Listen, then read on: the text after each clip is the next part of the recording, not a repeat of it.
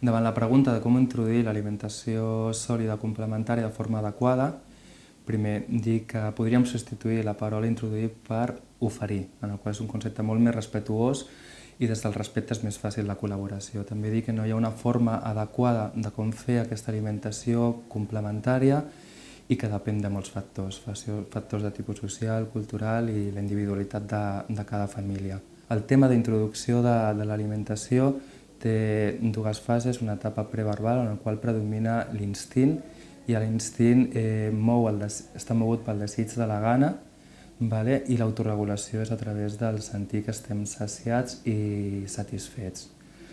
Una lactància a demanda vol dir ser un ritme irregular per obtenir una dieta equilibrada. I el nen pot autorregular el que necessita, la composició i la quantitat en funció en el que en aquell moment necessita. I aquesta mateixa premissa d'autoregulació l'hauríem de traslladar a l'hora d'oferir l'alimentació complementària. Quan començar l'alimentació complementària? Les recomanacions ens diuen dels 0 als 6 mesos lactància materna exclusiva.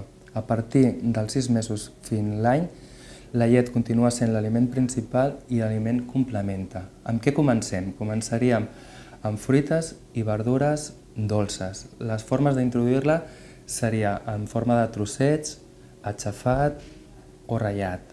Després podem introduir els cereals. Els cereals optaríem primer pels cereals sense gluten i poden ser el gra sencer, en el qual podem fer una miquetona més passat, que el gra quedi obert i una mica caldós. I podrem fer també barreja de diversos aliments, una mica de cereal amb verdura i de postres podríem fer una mica de fruita. Per tant, no cal fer monogràfics del dematí fruita, al migdia cereal i a la nit proteïna, sinó que en un mateix àpat pogués haver varietat d'aliments. En aquest primer any introduirem també el que serà la carn blanca, el peix blanc i les llavors oleaginoses i l'oli d'oliva. I tindrem tots els grups d'aliments, hidrats de carboni, greixos i proteïnes. Respectarem aquesta capacitat d'autoregulació en la qual la responsabilitat dels adults serà triar els aliments i la responsabilitat de l'infant serà triar la quantitat i poder escollir entre la varietat que li ofereixen els adults.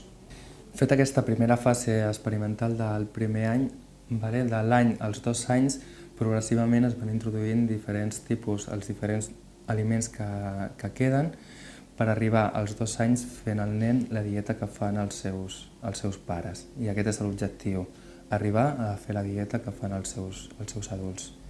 Tenint en compte que a partir dels 2 anys entra també en joc el que és la cultura i el que és la socialització, en el qual també entraran els hàbits i també els pares decidiran quin tipus de dieta és més convenient. I no sempre estarà lligat a l'instint. S'haurà de respectar la part instintiva, però també els adults decidiran quines coses són convenients al seu fill.